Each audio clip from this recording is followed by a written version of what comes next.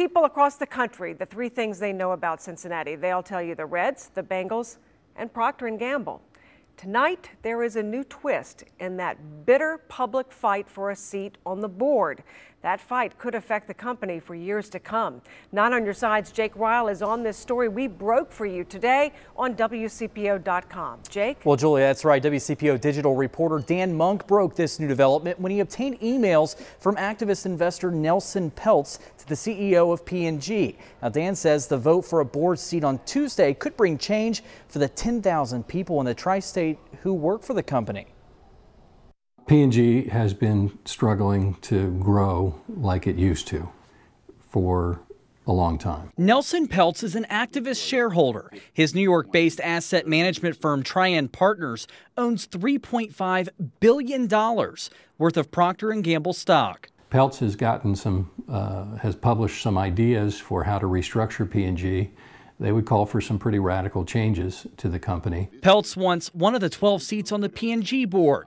P&G management doesn't want him to win that seat. Peltz is coming onto the board saying he's got ideas that can help them grow faster. So in that sense, he's kind of like a new offensive coordinator, and he's wanting to be included in the mix of decision makers. Peltz says P&G's current playbook isn't living up to the shareholders' expectations. He wants the rest of the board to listen to him, endorse some of his ideas, and shake things up. Peltz's pitch resembled one from a political campaign's playbook. Everybody could depend on earnings going up and dividends going up and the stock going up.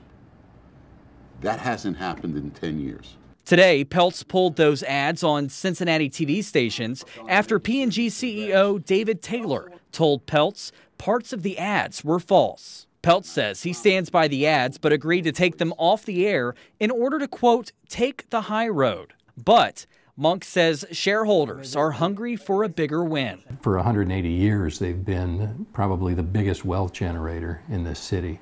And it's not just people who work for them and go on to start other companies in Cincinnati. One question, would putting Peltz on the board mean immediate changes? My guess is that nothing changes for a year. If he joins the board, P&G will have a year with a watchdog on the board,